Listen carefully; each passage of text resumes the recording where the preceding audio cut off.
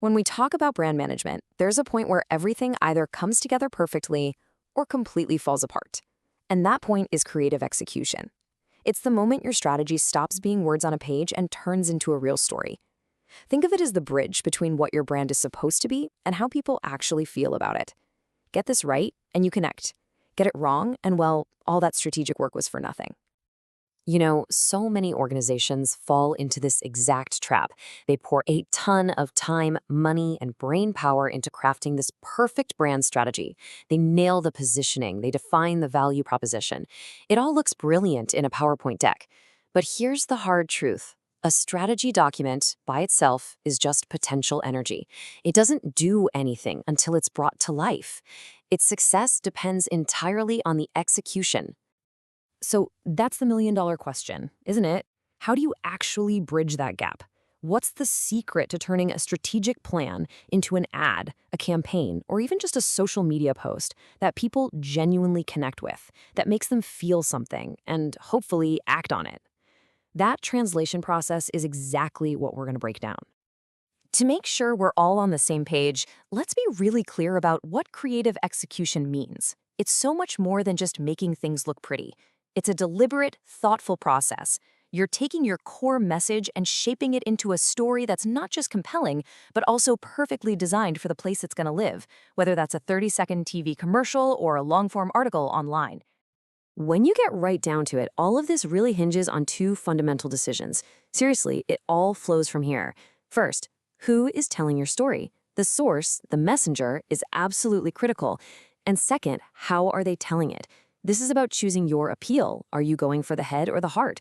Every other choice you make in the creative process stems from these two big ones. So let's dive into that first decision, the source. Now, this isn't some minor detail you figure out at the end. Deciding who delivers your message can totally change how people receive it and whether it works at all. And you've got a whole range of options to choose from. The message can come straight from the company itself, the classic corporate ad. Or you could have an employee or maybe the CEO deliver it. A really powerful approach is to let your actual customers, your users, tell the story. Then again, you could bring in an independent expert to add credibility, or you could use a celebrity or an influencer to get that massive reach. Each one has its own vibe, its own built-in perception. So what makes any of these sources actually effective? Well, it really boils down to three key things. First is expertise.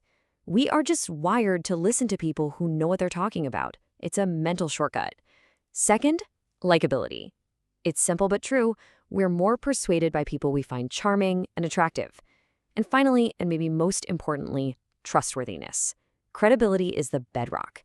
If people don't trust the source, the message is dead on arrival no matter how clever it is. All right, so you've picked your messenger. Now for that second big decision, the appeal. How are you actually going to frame the story? This is that classic choice. Are you going to make a logical argument that targets the rational mind, or are you going to aim for the heart and try to forge an emotional connection? This chart lays out the two paths beautifully. On one side, you have your information-based appeals. These assume your customer is thinking rationally. They work great for functional stuff. Think refrigerators, computers, where the specs and features really matter. And they're most effective when your audience is already paying close attention. On the other side, you've got emotion-based appeals. These are all about feelings. They're perfect for experiential things, like a vacation, a perfume, or fashion. And the great thing is, they can grab someone's attention even when they aren't fully focused. Let's get tactical for a second. If you decide to go with an informational appeal, you've got a whole toolbox of methods. You can just present the cold, hard facts. You can do a product demonstration. You can set up a classic problem-solution scenario. Comparisons can be super powerful, especially if you have a clear advantage. Or you can use things like slice-of-life stories and testimonials to make your product's benefits feel more real and relatable. Now, the emotional approach, it works on a spectrum. You've got positive appeals, which tap into all the things we want. Love, joy, a sense of belonging. You see this all the time in ads for luxury goods or travel. But then you have negative appeals, which target the things we want to avoid: fear, guilt, maybe even shame. Think about ads for home security systems or insurance. Both can be incredibly effective because they tap into our deepest motivations, moving toward pleasure or away from pain. Okay, so we've got our source and we've chosen our appeal. But how do we manage this whole thing to make sure it actually builds the brand over the long haul? Well, it's not about just letting creativity run wild. It requires discipline, and it's guided by three core principles. These are the three pillars that have to support every single creative decision you make. First, you have to maintain a laser-sharp strategic focus. Second, you need absolute consistency across every single place your brand shows up. And third, you have to create synergy, where the whole is greater than the sum of its parts. Let's break each of these down. This quote from the legend Leo Burnett just says it all, doesn't it? This is the heart of that first principle, strategic focus. It is so easy to get carried away trying to make a funny ad or a beautiful ad that you forget why you're making it in the first place. The creativity has to serve the strategy. The goal is not just to make a memorable ad, it's to make the product memorable and desirable. The product is always, always the hero. And right alongside that focus, you have consistency and synergy. Consistency means your brand looks, feels, and sounds the same everywhere, whether it's on a billboard, in an app, or on the product's packaging. It builds a clear, unified image. And synergy. Synergy is the magic multiplier.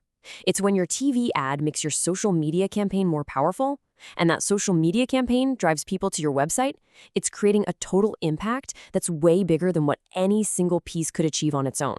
It's that 1 + 1 = 3 effect.